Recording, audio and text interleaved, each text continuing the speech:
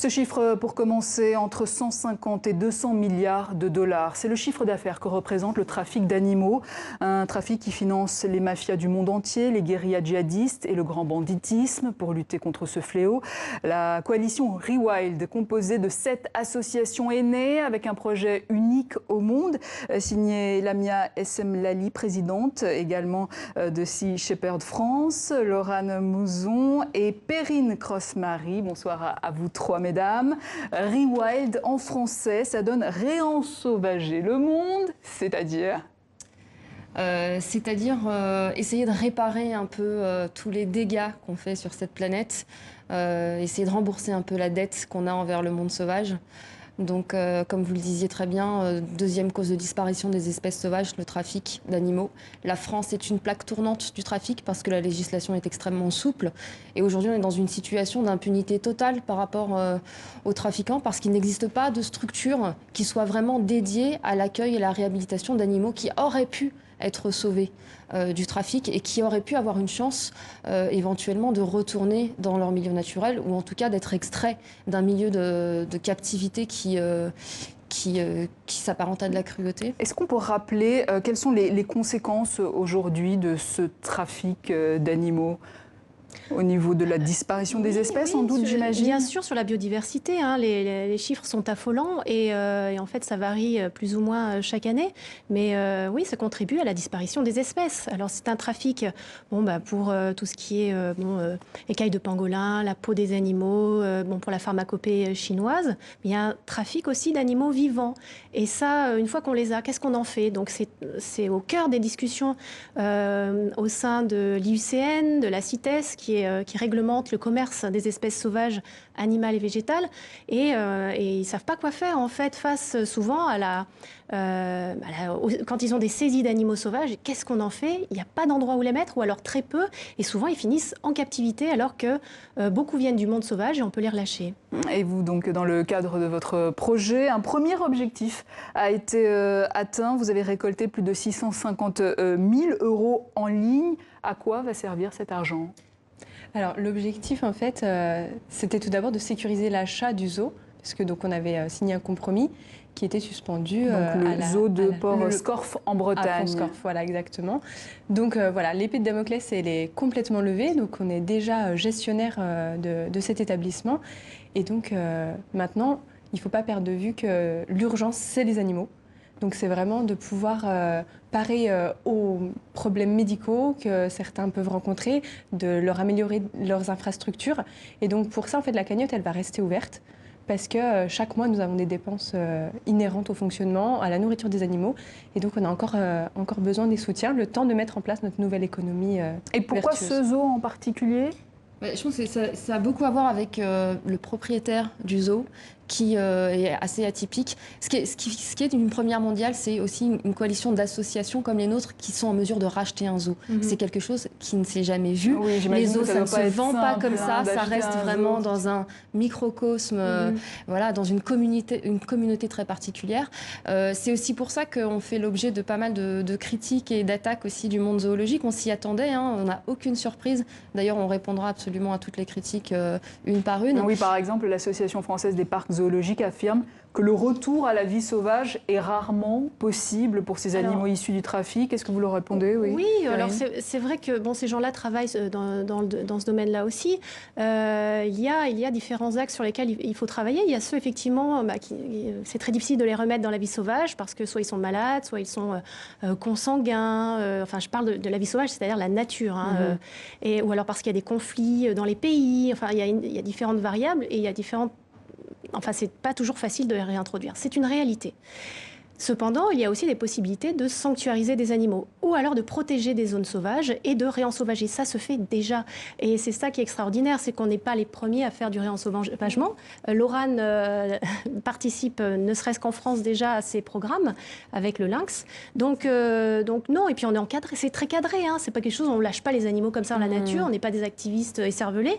On est avec des gens, des scientifiques, on travaille avec des gens qui travaillent pour l'IUCN, des experts, des vétérinaires qui sont super. C'est surtout qu'en fait, on est dans un dogme, qui est le dogme de dire qu'un animal qui est né en captivité mourra en captivité. Et ça, on sait que ça n'est pas incontournable, ça n'est pas nécessairement vrai. On a plein d'exemples. Quelque chose qui illustre très bien ça, c'est qu'on a énormément d'animaux exotiques qui sont importés en France, qui sont élevés en France pour la captivité ou pour des particuliers, et qui se reproduisent en captivité et qui s'échappent. Qu'est-ce qui se passe? Eh ben, en fait, non seulement ils survivent très bien, mais ils se reproduisent et ils colonisent un milieu qui n'est pas le leur à l'origine, avec un climat qui n'est pas le leur, une alimentation qui n'est pas la leur, alors qu'ils sont nés en captivité. Donc on essaie de nous faire croire qu'il est impossible de redonner une seconde chance comme ça à des animaux juste parce qu'ils sont nés en captivité. C'est faux. C'est pas aussi radical que ça. Maintenant, on comprend très bien aussi le fait que pour le monde des parcs zoologiques, justement, enfin, de garder cette idée qu'il est impossible de les réensauvager, c'est aussi ce qui justifie qu'ils ne le fassent pas plus qu'ils ne le font, parce qu'ils pourraient le faire bien plus. Et puis il y a aussi la sanctuarisation.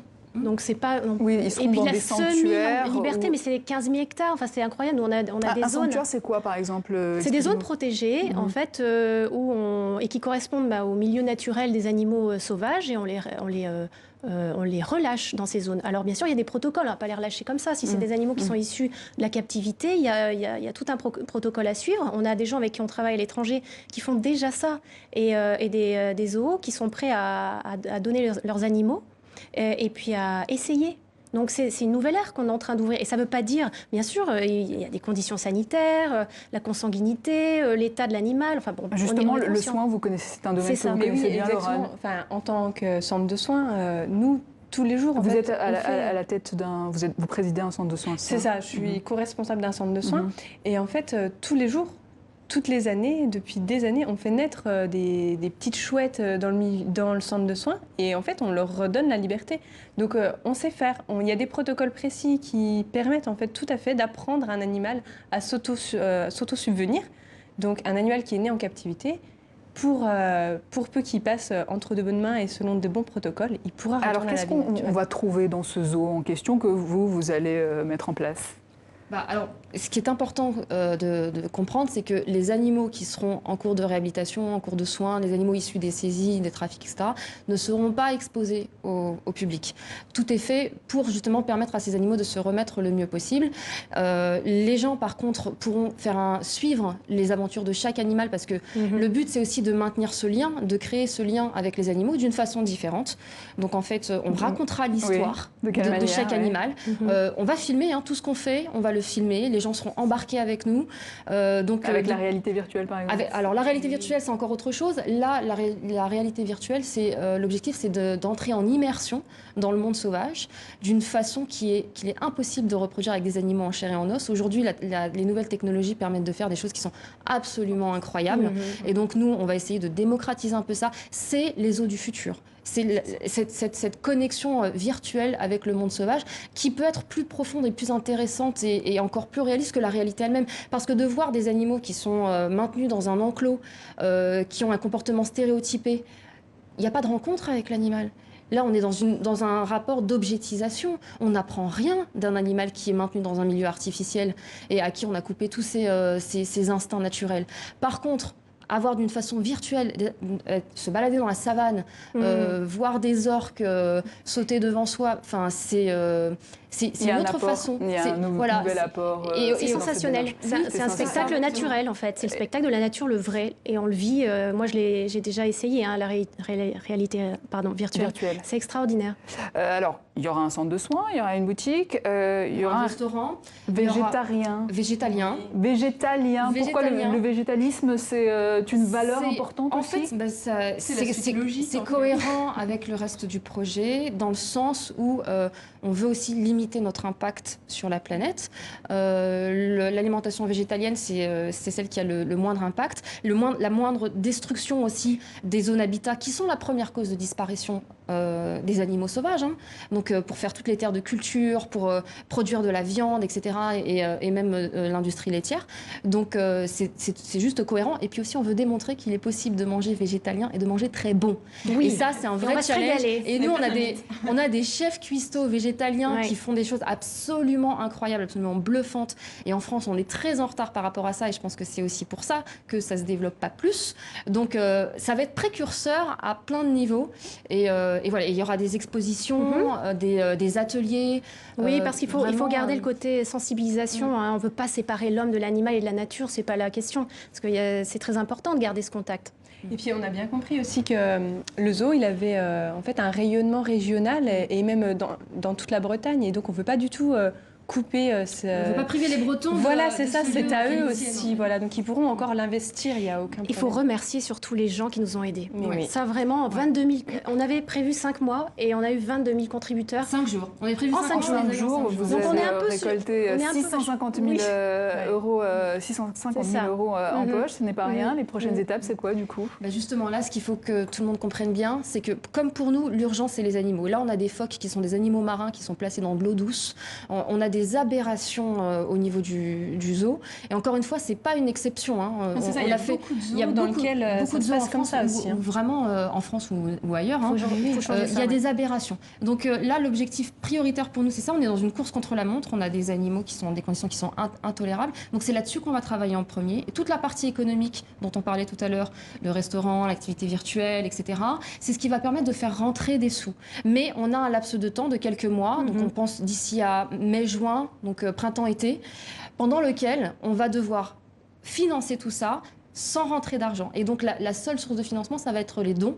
Et c'est pour ça qu'on laisse la cagnotte ouverte. C'est pour nous permettre de traverser cette période où on va être un peu en apnée, en fait.